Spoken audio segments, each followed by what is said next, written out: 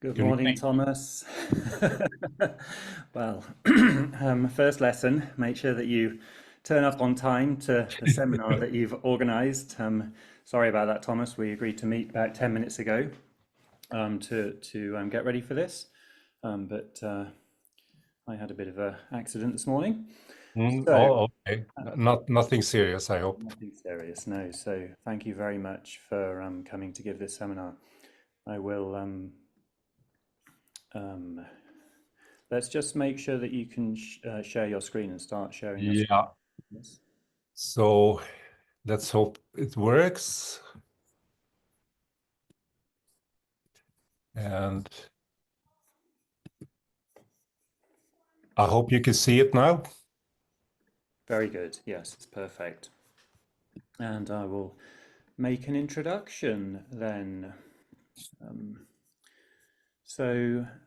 it's a great honor to introduce Professor Thomas Elmqvist. He's a professor researching natural resource management and urban landscapes. A career spans decades in biodiversity and ecosystem service research, centering on the understanding of ecosystem dynamics, land use change, urbanization, disturbances within this context of resilience, and sustainability, which is what interests us particularly today.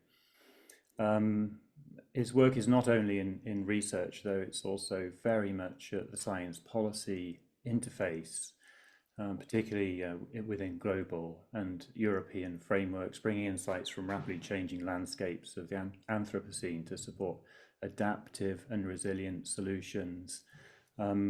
For example, between 2005 and 2014, Thomas served as chair of the Scientific Committee of Biosustainability of Diversitas, and that was somewhat involved in initiating the establishment of the Intergovernmental Panel on Biodiversity and Ecosystem Services, IPBES. So extremely influential in bringing science into policy and action. In 2003, he published the paper Response, Diversity, Ecosystem Change and Resilience in Frontiers in Ecology and the Environment. And this introduced the concept of response diversity, and it's really foundational in the research area, has influenced greatly many of us who work on response diversity. And then 20 years later, he published the paper Response Diversity as a Sustainability Strategy in Nature Sustainability, which I believe has had a huge effect on bringing response diversity more out of ecology and into many other types of system, and its importance in resilience in a very uncertain world, and how we can increase resilience through response diversity. So it's extremely fitting that Thomas will give us the first seminar in this new Response Diversity Network seminar series, and thank you very much for agreeing to do so, Thomas. Just some notes about organization. Thomas is going to talk for about 45 minutes, and then we'll have about 10 minutes now for questions. We are recording the seminar, and we'll publish the recording on the Response Diversity Network YouTube channel. The recording will include the question session at the end, or that's at least my intention. If people get in touch and say they would prefer that to not be the case, then I can easily trim it off.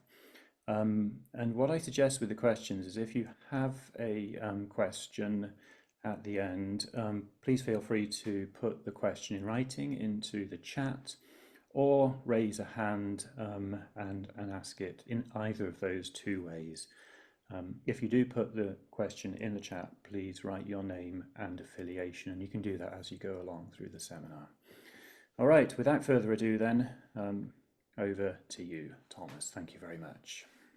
Well, thank you, Owen, and thank you so much for inviting me to give this introductory seminar on response diversity. I feel very honored to do that, and also to be in a position to learn more about your network. I saw on the list of participants that there is another co-author of these two papers I will talk about, the Response Diversity 2003 and the one 2023, Magnus Nyström. So welcome, Magnus, and I'm sure you you would be in a position also to answer perhaps some of the tricky questions at the end. So what I'm going to do, see if I could, for the next 40 minutes or so, I will frame response diversity first by giving it a context of the Anthropocene and the concept of polycrisis, because I think it's very important in trying to understand what role could response diversity play in the future and our efforts to manage for sustainability. I will also give a bit of background when it comes to the concept of resilience, because response diversity obviously is quite closely connected to resilience, and perhaps one of the dimensions of resilience where we are able to actually do some monitoring and quantification and even management. And then I will end with going a bit deeper into the concept and and its potential applications and in different systems, not just the ecological systems. So I will start with the Anthropocene, the era we are living in right now, the period of great acceleration. And this builds on work done by Will Steffen and many publications coming out of the IGBP, but also recently publications on how the demand for different commodities have accelerated since the 1950s. So to the left, in the left pane, you will see that whatever variable you look at, energy use, population, fertilizer consumption, paper production, water use, you see a very similar pattern of accelerating consumption or use during this time period. And also when it comes to Earth system trends on the right side and the right pane panel, you see changes in the Earth system when it comes to the atmosphere and the biosphere. It, for example, methane, ocean acidification, terrestrial biosphere degradation. You can take many of these variables, and again, you find a very similar pattern.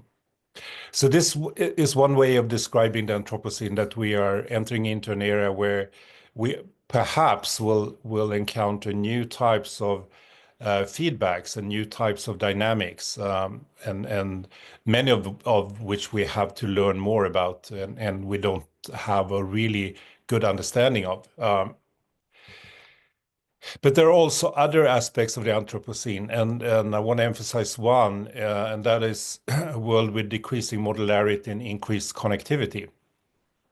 So historically, if we look back on human settlements, we had a world with, we could describe it with high modularity and low connectivity.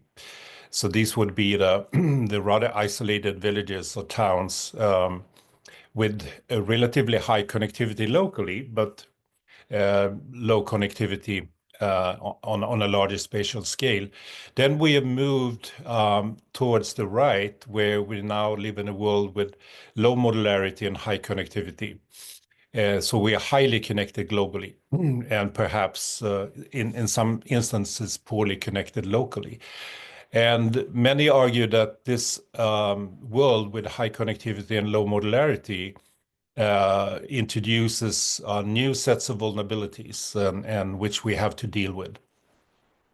And just to give an example of one vulnerability is the huge cargo ship Ever Given that stranded in the Suez Canal in March 23, 2021. And for 6 days blocked a very large part of the global trade, and which resulted in billions of dollars in loss and had cascading effects in many sectors of society. And it's actually been analyzed that we are dealing with, in this world with high connectivity, with global shipping choke points. So there are about 10 of them being identified, where we have a substantial proportion of the global trade going through. And what happened in the Suez Canal could also happen in several of these other choke points, which are the narrow channels which much of the world trade has to pass through. So what happened in the Suez Canal had cascading effects. For example, lots of fertilizer didn't reach farmers in time in Europe, and so it had an effect on food production. And there were multiple other cascading effects of that 6 day blocking of the world trade. So this relates to something we call cascading crisis, where an initial event creates a crisis, but it spills over into other regions or sectors, generating much larger impacts and potentially much greater than the original event. And then we can start asking what happens when a cascade of crises collide, when we have multiple crises at the same time. And this has then been labeled polycrisis. These are distinct but entangled crises causing damage much greater than the sum of their individual harms. And I think this is one thing that characterizes Anthropocene, that we have to anticipate more of these polycrises and finding ways of how to deal with them. Just to give another example, that for a long time, this comes from the energy and food sector, that for a long time we have had slow changes, for example, in the energy system, with rising energy demand and also some oil fields declining in the supply of oil. So we, over time, due to many factors, that have resulted in an overload of the energy system with increased speculation and stress on the market regulation of prices. Similar in the food system, we have had a slow, over a long period of time, stress to the system through extreme weather, water scarcity, and falling marginal returns in the food system, which has created also an overload in that system. Then came the Russian invasion of Ukraine, which actually put these two systems together in quite an unfortunate way, that we at the same time had an oil price surge and a food price surge, which resulted in a global food crisis. And we are still grappling with that. This food crisis leading to increased food insecurity, inflation across the globe, and also to social and political instability. So this is an example of what we could say a polycrisis. Another example is more related to climate change and is represented here by illustrating the intensity of extreme rainfall and droughts over time. And we could see that over time we have had many more wet extremes and dry extremes. And in some cases, these extremes have occurred in the same region or the same geographical area, which have had severe consequences. This is something that recently been analyzed by scientists, and this is a paper that came just a couple of weeks ago on this hydroclimate volatility on a warming Earth, where they have identified this pattern that you very often would have a long dry season, then followed by an extremely wet season. So this hydroclimate volatility refers to sudden, large, and/or frequent transition between very dry and very wet conditions. And we actually experience one of them in California right now as I speak, where a very long drought has resulted in these horrendous wildfires around the Los Angeles area. And right now, there's rain falling in the same area. And people are expecting quite severe mudslides and severe damage as a result of lots of precipitation falling in a burned landscape. And so this is something we need to anticipate in the future. And it was also emphasized in a paper a few years ago that urban flooding and rural drying will intensify as a result of climate change, that we will have long periods of drying in rural areas that may then increase the risk of large and highly intensive wildfires.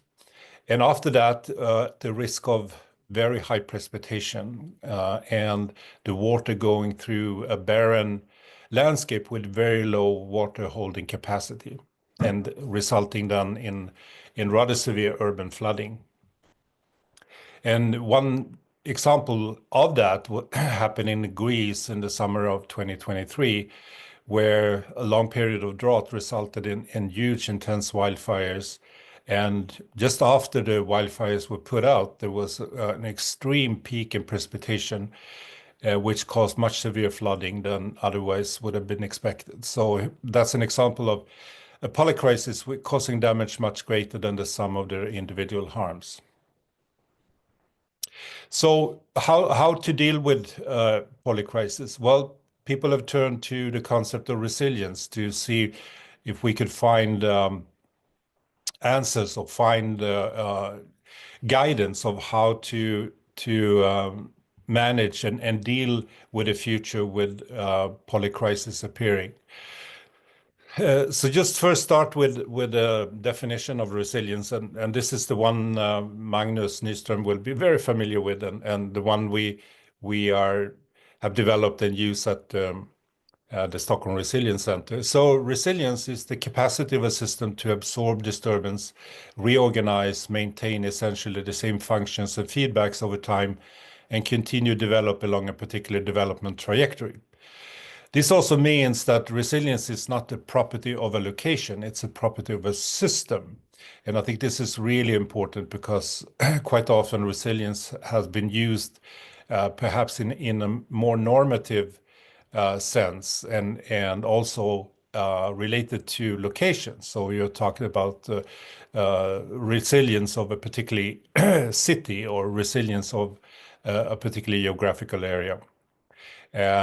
And those should be viewed as open systems, and resilience is a property of that open system, not of a sort of a closed geographical location. So this is, you could argue, a non-normative attribute of a complex system. Sustainability, which is another important concept, which we will talk about more later. Here is a definition we're often using, that sustainability is managing all resources a region is dependent on and enhance integration of all subsystems in ways that guarantee the well-being of current and future generations, ensuring distributional equity. And so here is an important distinction, that sustainability is a normative goal. This is the goal for society and of equity and fair distribution of resources. So this definition very much relates to the original one that was developed by the Brundtland Commission in the early 1990s. So, and it's important to have a clear understanding of these concepts, resilience and sustainability. And just to give you an illustration how they might be related. So this figure would illustrate development over time, and the blue lines you see would be desired developmental pathways. So where society is moving from a stage of lower sustainability to stages of higher sustainability. So along that development, you see this brown tunnel around it, and that is what you way of illustrating resilience. That tunnel could be either wide, then you have a high resilience of the system, or it could be very narrow. And if it's very narrow, there is a risk that you might fall off that trajectory. But it's also, as you see, a possibility if that tunnel is narrow, that there is a possibility of a transformation from a low sustainability state to a higher sustainability state. And I think that's what we in this figure call abrupt transformation. So resilience is then shortly defined as maintaining, sustaining structure and functions of systems. Transformations, on the other hand, is transforming and altering systems, structure, and functions. And one important conclusion here is that transformation of a system often necessitates a reduction of the resilience of the system. And this could be illustrated here as an example of abrupt transformation, that you are on this lower trajectory of development and you want to move to the higher trajectory. And in order to do that, you need to reduce resilience of the existing system. And there are ways you can do that. One is, for example, to build bottom-up pressure, collective action, reducing the resilience. And this could be collective actions of many sorts to influence policy and the political system. But you also need an attractor. You need to know where to go. You need to know innovation, that there is innovation in technology, institutions, and financial mechanisms, for example. And when it comes to transport system, I think that could illustrate this quite nicely, that for a long time you have had bottom-up pressure to reduce fossil fuel use.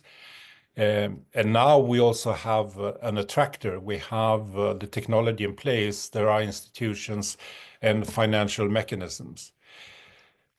But perhaps there are other forces needed as well, like external forces, global biophysical economic policy drivers to really put up speed on this transformation.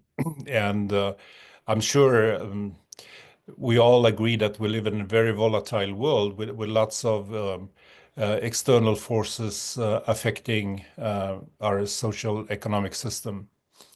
And we are in this phase of transformation, but we don't know how it's going to end. And here I think response diversity is a very critical and important concept, that even if you succeed to move into the trajectory, the upper trajectory, you need to be able to be on that trajectory and not fall off again. And that's where I think nurturing and building response diversity is crucial importance. So then let's go to the concept. And I will come back to this figure on modularity and increased connectivity, and that we're living in a world now with very high connectivity and also increased vulnerability. And one example of this change in connectivity and modularity, I think in a very illustrative case, is the financial crisis in 2008, where the whole international banking systems were put under severe stress and enormous pressure, and governments were scrambling to rescue the situation. Actually, a major panic broke out on the interbank loan market during the fall 2008. In the same year, a group of ecologists, and you might be familiar with some of them, Robert May, Simon Levin, and George Sugihara, published, I think, a very interesting paper on ecology for bankers, where they analyzed this crisis in the financial systems based on more ecological theory. And what they concluded was that the financial system in 2008 was characterized by very high connectivity and low modularity. And that was one of the reasons why this crisis that started in the US could spread very rapidly into Europe and Asia, and affecting the whole global bank system. And this goes back to what many in the financial sector often say, but perhaps not implement, and that is, don't put all your eggs in one basket, which is said to be coined by Cervantes, who wrote Don Quixote in the early 1600s. So this idea is on response diversity has its roots way back in human philosophy and human ways of dealing with uncertainty. So response diversity, what is it? Well, we defined it in that paper 2003, and we also came back in 2023 to say that it's the ways in which different kinds of players, not just in ecology, but there could be actors and infrastructures, perform a similar set of function, but where they respond differently to shocks, thereby enabling maintaining functions. So the system as a whole would continue functioning in much the same way over a range of different shocks and polycrises it might encounter. And it's important to here make a distinction between the concept of redundancy and response diversity. That redundancy is is a related concept, but I think it's quite different. It's often used in airplane design to sort of deal with the uncertainty and to avoid catastrophic events. And you could say that the philosophy behind redundancy is something we could call fail-safe, that the probability of failure is low, but the consequences very high if there is a failure. In contrast, response diversity, which we might encounter, for example, in plant pollinator networks, would be more of a system where you where you have a safe to fail context, where the probability of failure might be higher, but the consequences are much lower because you have all these other alternative ways. So, and response diversity has often been used in discussing plant pollinator interactions. So, and this is, I think Magnus Nyström was the one who originated this figure. That you could, for example, have two cases here. You have 7 different species of pollinators, and then you have a disturbance that impacts one type of response. But in the case you have 7 different responses, you are able to maintain the function. But in the lower example, you only have 2 different responses, and you are likely to lose functions as a result of this disturbance. And what type of the responses could we talk about here? I mean, this could be related to many different traits of the species. One example could be the depth in the soil the pollinators overwinter. So if that vary and you have a lot of diversity in the depth of overwintering, and if there is an early frost, you will always have species surviving, even if some will die. But if all of them overwinter in the upper 1 or 2 centimeters, you are likely to lose the function because of high mortality. So this is one example of what more concretely what different what the diversity of responses mean. And we have lots of empirical data on this, and this is a rather recent paper on showing that wild insect diversity increases interannual stability in global crop pollinator communities, much a result of this response diversity when you have higher diversity of species. But then you could use the similar type of reasoning to other systems where you have different players, entities, banks, financial systems, infrastructure. And in the same way, these systems will behave very differently. Even if you have the same number of actors, but you have very different response diversities. And in the lower case, again, you have a probability of losing function, which was what happened in the financial system in 2008. So you could view response diversity, also how it relates to sustainability, and perhaps also in this case, a sustainability that is more narrowly defined, that if you think sustainability represents systems with high efficiency in energy and resource use, and you optimize the system, and you have a very top-down regulation-based governance, you're likely to have less response diversity in that system.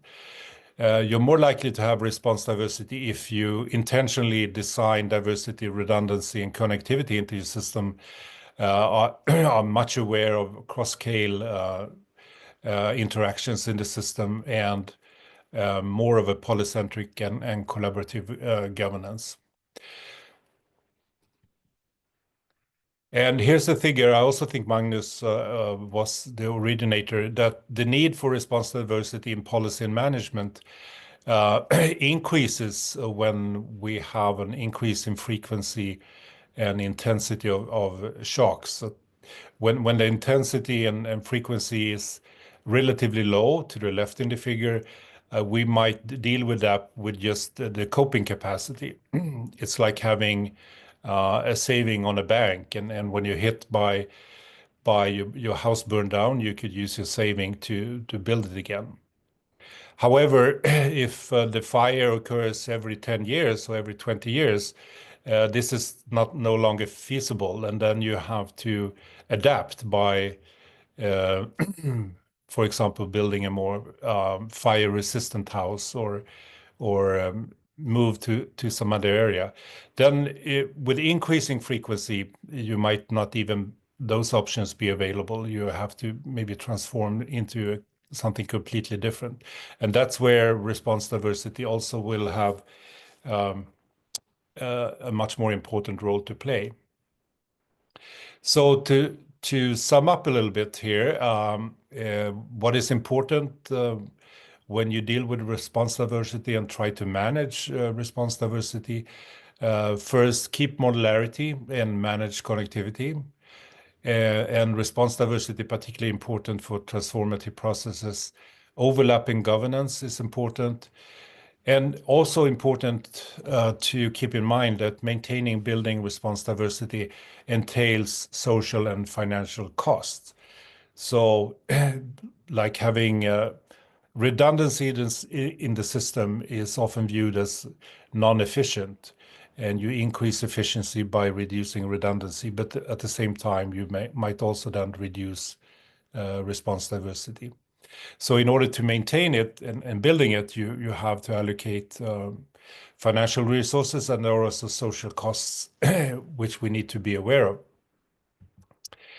I just want to end to say that there is an increasing interest in many sectors of society for the concept. I was a year ago in Brussels giving a presentation, and there was one representative for NATO, Paul Rushton, that got really excited about this concept, and said that NATO will start to explore how to design response diversity into peace building processes. And so that's another, I think, quite exciting area where this concept might be very useful if we try to have a deeper understanding what it actually means for a complex process like a peace building process. So with that, thank you very much for listening, and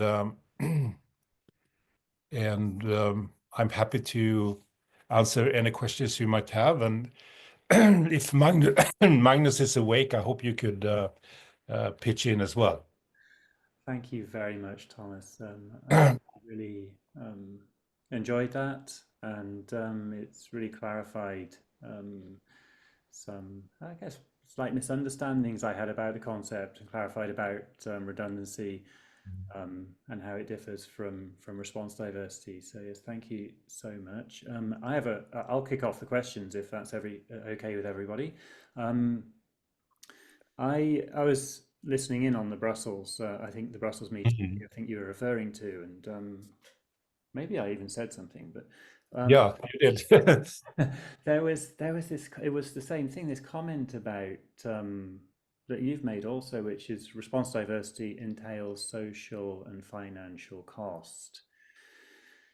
And I think that's um, quite a vulnerability Mm. for the concept, and Sure. wonder if But you we have to be open about it. Yeah. yeah, wonder if you have any kind of comments on how we can I guess maybe integrate that or deal with it. Mm. I have some thoughts I about that. I think but I think it's also a need to h- find another word for efficiency, because if efficiency has often been equated with sustainability. If you only increase your efficiency, you will be more sustainable. But in social systems, I think it's the other way around. That when you build very lean, efficient social systems, they also become extremely vulnerable. And Yeah, there is a cost of that vulnerability, so we need to factor that in.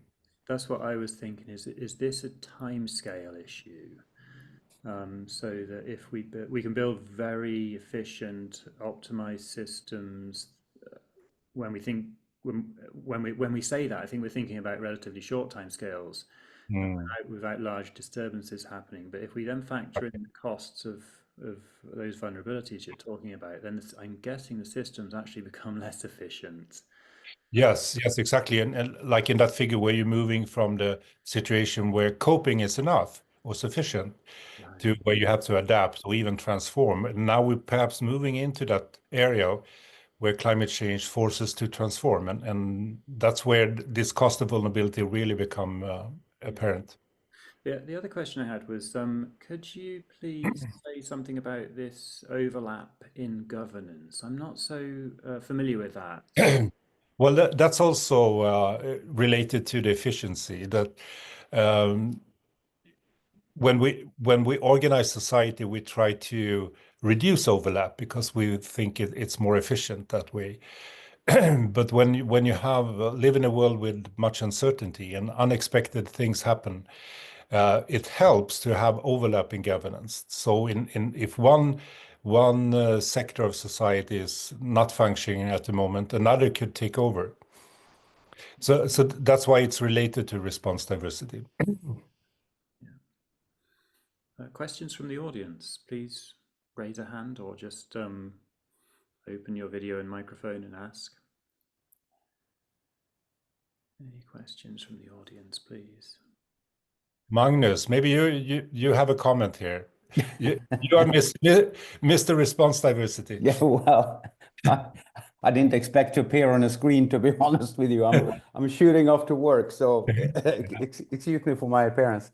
No, but thank you very much, Thomas. I think you gave a very nice presentation, and I really enjoy having this network as well, to be honest, because I think it's an important one. Uh, I think what you brought up, Owen, is really important. The relationship between optimization and resilience, because to some extent I think it's their opposites in many ways. That you optimize brutally means that you also open up for mistakes having huge impacts. I just want to sort of re-emphasize that. And the second comment is what you brought up, Thomas, as well, that I think is really important, is the issue of scale, right? When it comes to response diversity, because you stress the importance of modularity and connectivity, and then also resilience that is a property of systems. And when you brought up the financial crisis, I think a very nice example of how we can perceive response diversity is that if we look at response diversity at a local scale to start with, we can see that it appears to be very high, and it can be very high. But what is, I think, can be a bit of a creeping change is when you have this homogenization of whatever system you have, and response diversity becomes, you have similar responses all over the place, which basically means that you cultivate homogeneity at the broader scale, eroding response diversity at that scale. And that might come as a big surprise to you at some point. So the financial crisis, where banks were using the same risk management models, for instance, cultivated homogeneity and reduced response diversity within the sector as a whole. So that's just a couple of comments, I think. That seems related to this concept of cross-scale resilience. Yes, yes. Which I'm not sure is really strongly, well, at least from the kind of ecological empirical perspective, there's not so much work done on that, on linking the response diversity work that's recently come up and this cross-scale resilience or cross-scale response diversity in a sense. That would be very important to to address studies to understand that more in detail, because those cross-scale interactions are very important. Anna, did you have something you wanted to ask? Yeah, thanks for a really nice talk. And it wasn't really a question I had. It was more a comment that I think it was really nice examples of clarifying how to explain response diversity also to people that are not familiar at all with it. So it's really interesting this with thinking about the different scales and connecting different types of ecosystems also, because that also comes automatically with the scale that we need to across ecosystems and across not biomes, but across different ecosystems. So that was basically just a comment I had. So thanks a lot. Thanks very much, Anna. Other comments or questions from the audience? We've got thank you for the very interesting talk from Sorina. Thank you, Sorina. I can just add one thing maybe, and it's like a, I don't know, maybe a call for action or a challenge for everyone to think a little bit about, and that is what you also brought up, Thomas, is about the coping, adapting and transformative responses in systems. That I think is really, really important, especially when it comes to social ecological systems, right? When you might think that what you have is a transformative response, while in fact it's an adaptive response. And by having an adaptive response, you may actually reinforce the state of your system that might be, undesirable from a sustainability point of view. So I think that distinction is something that we need to be, very aware of. And I think it's a challenge for all of us to think about, actually. Yeah. Good point. I've always thought of, well, for quite a while, I was thinking of stability as usually resilience as usually a desirable property of a system. But actually, Thomas really made it clear that actually sometimes we may wish to reduce the resilience of the systems. Exactly, because I view the fossil fuel industry as a very resilient system, and we need to break it down somehow. Yeah, and it keeps adapting and adapting and adapting. Exactly. Any other comments or questions? I guess if not, we'll. It's a question in the chat, I see. Thank you very much, Anna. Let's see. Fradabello, hi everyone. Thanks, Thomas, for the great talk. How is your experience in measuring redundancy, given that we need some response diversity, as trait diversity on one side, and some effect, trait similarity on the other?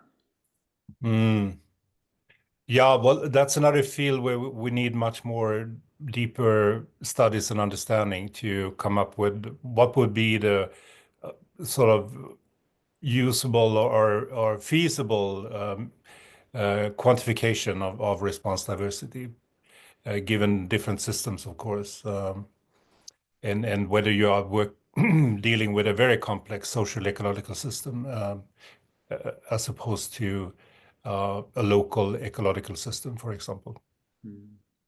I know in the work that we've recently done on measuring response diversity, and actually in some definitions, right, it is about species that have this share effects. Yeah. And I guess that's a little bit of a constraint in that definition, because there often is this variation in the contribution of species, and they have different kind of ways of having effects. We can simplify that by saying, well, the function that we're looking at is biomass. Mm. And that really does make them... Or number of seeds, yeah, the yield of seeds or something, yeah. But not every seed is equal. So Yeah.